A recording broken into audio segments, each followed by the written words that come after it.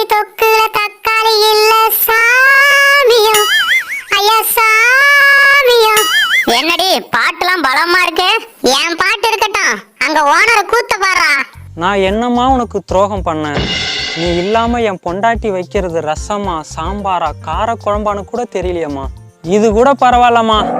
கார சட்னி ஏண்டி இனிக்குதுன்னு கேட்டதுக்கு ஆப்பிள வச்சு அரைச்சா இனிக்காம என்ன உரைக்குமான்னு அடிக்க வராமா. நீ இல்லாம என்னால சாப்பிட முடியல, தூங்க முடியல, எங்க போனாலும் எதை பார்த்தாலும் செவப்பா தெரியுதுமா.